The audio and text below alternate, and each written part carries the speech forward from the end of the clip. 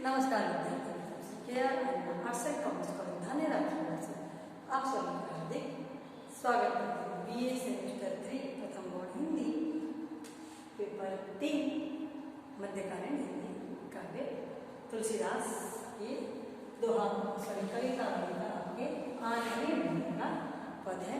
उसमें देखो थोड़ा सा हटकर यहाँ तक तुलसीदास ने भगवान राम का जन्म, उनका वनगमन, उनका शादी का प्रसंग, उन सभी का वर्णन किया है।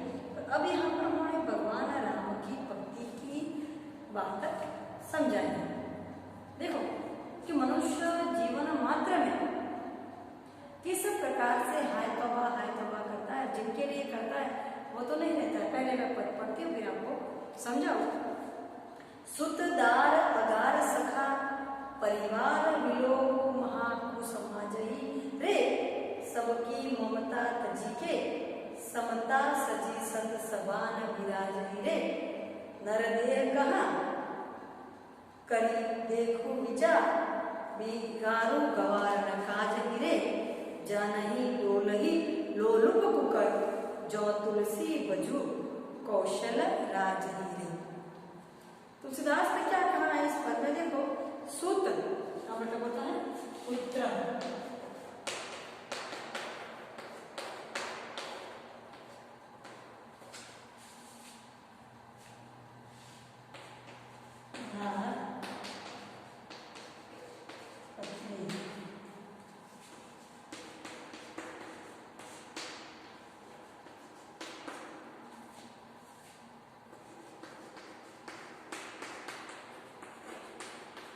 देखो मित्रों जो कहा है कि सूत यानी कि पुत्र को, दार यानी कि पत्नी को, अगार यानी कि सखा, और अगार यानी कि परिवार, सॉरी सखा यानी मित्र, और परिवार विलोक, और इन लोगों को लेकर तुम हाय हाय विलोकों को देखते हो, उनमें ही मग्न रहते हो कि मेरा पुत्र है, ये मेरी पत्नी है, ये मेरा घर है, ये मेरा मित्र है, ये मेरा परिवार है। तुम इनकी कुसंगत में पढ़कर, समाज कहते हैं, हाय तौबा करते ही रहते हो, मन उसमें लगाते हो।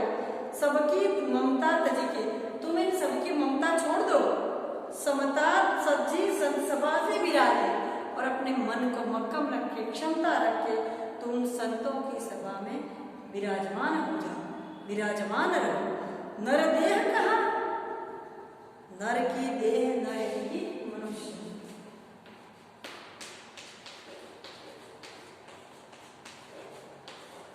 मनुष्य का देह यानी कि शरीर।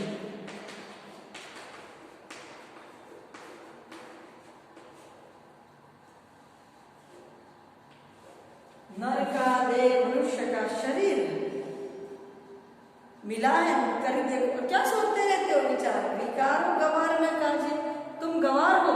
मनुष्य का देह शरीर बार बार नहीं मिलता है, गवार हो, इनमें क्यों अपना वक्त जाया करते हो, क्यों उनके पीछे भागते हो? कैसे? जनी डोलही लोलुप कुकर, लोलुप कुकर, लोलुप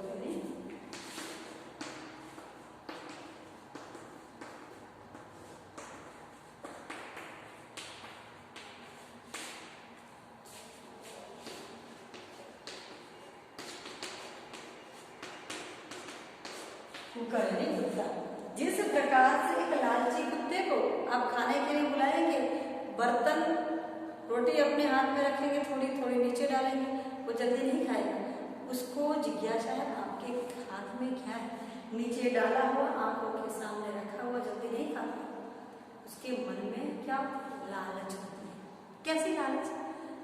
हाथ में होगा और भी बढ़िया, और भी उत्तम होगा। तो तुलसीदास भी यही कहते हैं कि तुम संसार में इस लालची कुत्ते की बासी क्यों घूमते हो? तुलसी अपने आप को ही कहते हैं, तुम तुलसी अपने उद्धार करने के लिए बजू कौशल राज। कौशल राज यानी कौशल्या का पुत्र, कौशल राज यहाँ पर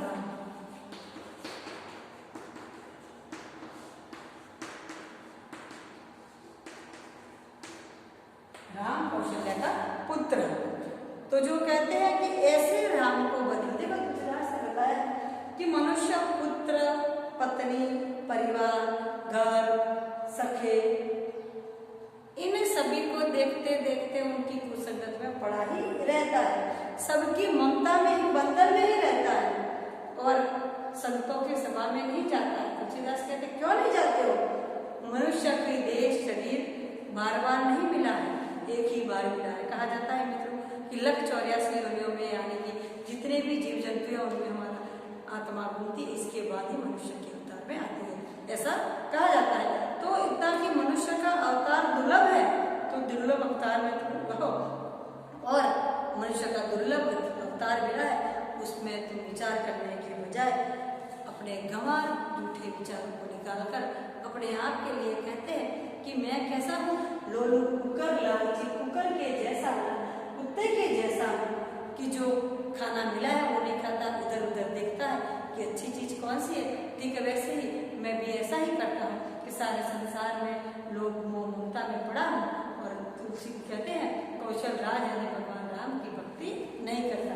ये मित्रों सनातन सत्य बताया कि मनुष्य संसार में आकर ये मेरा परिवार, ये मेरी पत्नी, ये मेरा घर, ये मेरा पुत्र, ये मेरे मित्र, उनकी संगत में पड़ा रहता है और उसी के कारण कभी कभी बुरे कर्म करता रहता है और मनुष्य देह बहुत ही दुर्लभ है, वो मिलती नहीं है और मिल गई है तो तुम ये सब समाज की संगत को छोड़कर तुम साधु संगतों की संगति में अटकर बैठो, भजन करो, कीर्तन करो और ये सब छोड़कर तुम लालची कुत्ते की बात इधर उधर मत दौड़ो और कौशल राम का राज का भजन करो। इसे तुलसीदास अपने आप को लालची कुत्ता कहते हैं, ऐसी बात इसमें बता दें। तो मित्रों इसी पद की बात आपको बता दूं कि ठीक ऐसा ही एक छोटी सी लघु कथा बताओ कि जब एक व्यक्ति था अत्यंत धनाढ्य था, उसके मन में लालसा ही रहती थी कि मेरे परिवार वाले मुझसे प्रेम करते, इतना तो शायद और कोई नहीं कर सकता। व्यक्ति का संसार अच्छा सा चलता था, 2 संतानें थी, पत्नी थी, माता थी और आर्थिक रूप से समृद्ध था और इसी बातों को सोचकर एक बार संत के पास मिलन हुआ। क्या है कि मेरा परिवार सुख सुविधा से संपन्न है, मेरे पास सब सुख सुविधा है, मुझे किसी चीज की कमी नहीं है, मुझे और कुछ नहीं चाहिए। मेरे जितना परिवार वाला को प्रेम करते इतना और कोई नहीं करता होगा। अगर मैं मर जाऊं तो मेरे परिवार वाले जिंदा नहीं रह सके। संत ने समझाया कि सेठ जी ये सब आपकी भ्रमणा है। नहीं ऐसा संभव नहीं, रोज रोज यही बातें करते, संत को एक दिन नहीं रहा कि आपको यही देखना है। आप कहते हैं कि मेरे बिना झिंगी से मैं आपको दिखाना चाहूँगा। आप कहते हैं कैसे दिखाओगे? बस मैं कहूँ ऐसा आपको करना है और कुछ नहीं करना है। कि क्या करना है कि जब मैं बता दूँ इतना आप करो। ठीक है, कल सुबह आप सुबह में कितने बजे उठते हैं? रोज 6 बजे उठकर मैं नित्यक्रम करता हूँ। कल आपको उठना नहीं और मैं आऊँगा आपके जैसे आपको यही वर्तन करना कि आप मर गए और मैं आने के बाद आप तो जिंदा हो, सुनना कैसा करते हैं वो देखना। सेठ जी ने कहा चलो, वैसे तो मानते नहीं थे, कैसा करने की जरूरत नहीं। फिर उस संत ने कहा तो मान गए कि चलो आप कहते हैं। दूसरे दिन आदत की मुताबिक से का तय हुआ था संत के साथ। वैसे उठे 6 बजे ना उठे, 6:30 बजे, 7 बजे, 7:15, 7:30, 8, 8:30 बजे। तब घर के लोगों को चिंता, रोज उठ जाते, आज क्या हुआ? पत्नी उठाने गई तो देखा कि मुझे उसमें तो कुछ नहीं, उनको जो जिसे एक्टिंग अभिनय करना कहा था वो मरे व्यक्ति जैसा ही अभिनय करने लगे। पत्नी ने बहुत काफी झकझोरा, वैसे तो जिंदा थे, सुनते थे, वो उठे नहीं। पत्नी जोर जोर से चिल्लाने लगी कि उनको क्या हुआ, उठते नहीं उठते। बेटा दौड़ के आया, बेटी दौड़ के आई, यहाँ तक कि सेठ जी की माँ भी दौड़ गई। सब जोर जोर से उनको चिल्लाने लगे, अब क्या होगा, हमारा घर कैसे चलेगा, हम उनके बिना कैसे चल जाते सकेंगे। बेटी भी रो चीख कर कहते पिताजी वापस आ जाओ, मुझे आपके बिना अच्छा नहीं लगा। बेटा भी यही कहता था कि आपके बिना मैं कैसे जी सकूँगा। पत्नी भी कहती थी आप तो मेरे जीवन का आधार है, मैं तो कैसे जीऊँगी। माँ भी जिंदा थी, माँ भी कहने लगी बेटे तुम चले गए थे, मैं तो बैठी हूँ। इतना रोकर चिताड़ने लगे कि सारा वातावरण वो शोकमय हो गया कि सच में ऐसा महसूस होने लगा, सच में कोई भी व्यक्ति उनके बिना जिंदा नहीं रह सकेगा। ऐसे रो ककड़ के माहौल में अचानक वो संत जिन्होंने सेठ जी को कहा था, वो घर बता के रखा, आते हैं भिक्षा मांगते लोग कहते हैं कि क्या हुआ, अरे आप लोग इतने रोते चिल्लाते क्यों चिल्लाते हैं? वो कहते हैं कि पत्नी कहती है मेरे पति ही मर गए, पुत्र पुत्री कहते हैं हमारे पिताजी, माता जी कहते हैं मेरा संतान था बेटा, और सभी रोते बिलखते। इतना उनका विलाप देखकर वे कहते हैं आप इतना ही रोते हैं विलाप करते हैं तो एक रास्ता बताओ आप करेंगे? अरे आप जो भी रास्ता बताएंगे करने के लिए तैयार है, जितने भी पैसे खर्च होंगे, जितनी भी संपत्ति आपको लेनी होगी, पर आप कुछ भी करके उनको जिंदा कर दें। उनकी ये बात सुनकर संत कहता है ठीक है, पर आप लोग करेंगे जरूर? हाँ हाँ पक्का करेंगे, आप बताओ तो सही। और वो कहते हैं कि क्या, बस आप लोगों को सबको मैं कहूँ वही करना है तो बोलो। तो पहले उनकी पुत्र को कहते हैं कि तुम कहते हो पिताजी के तुम तुम्हारी जिंदगी के 2 साल अगर तुम्हारे पिताजी को दो तो शायद वो जिंदा रह सकते हैं। पुत्र कहता है नहीं, वो तो कैसे हो सकेगा, क्या पता हो सकता मेरे 2 साल कम हो जाए, किस प्रकार का हो।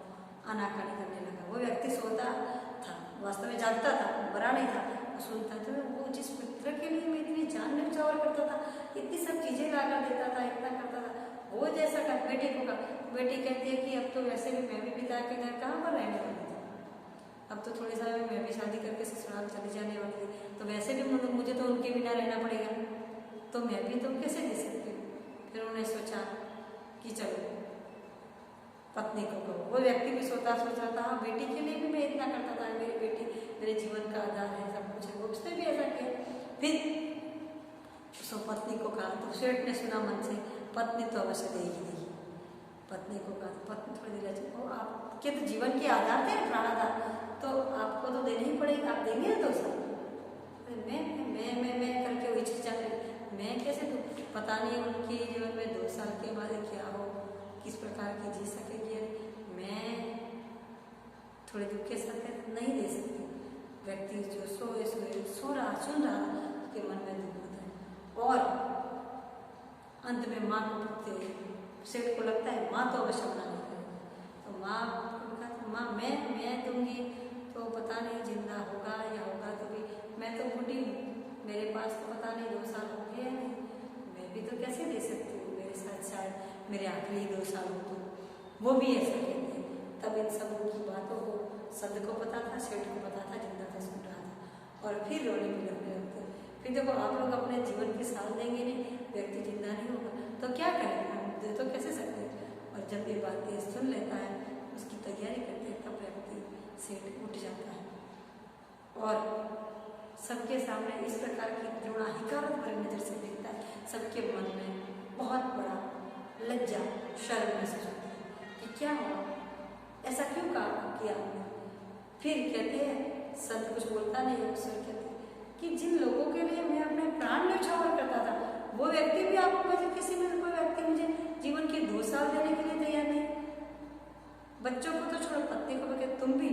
और जैसे कहते हो संत की बात होता है, उस व्यक्ति को संसार से जो व्यक्ति हो गए, तो कहते हैं उस व्यक्ति संसार छोड़े और संन्यास ले लिए, जीवन में संपत्ति को सबको दिया। यानी कि ये बात मित्र का यहाँ पर तुलसीदास बताना चाहते हैं कि मनुष्य हाय दबा करता है, यही करता है। गुजराती में जो अखा जो थे, उन्होंने इनके जीवन में भी ऐसा ही हुआ था।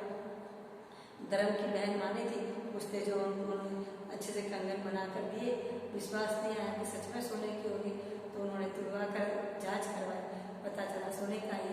और उस कंगन को इसकी जड़ा को रोया नहीं बना सकता था, तो वापस उन्हीं के पास लाना पड़ा। वो देखकर जब उनको सच्चाई का पता चला तो उनका मन भी संसार से विरक्त हो गया। तो मित्रों यही बात है, दोहे में कहते हैं कि संसार की विरक्ति।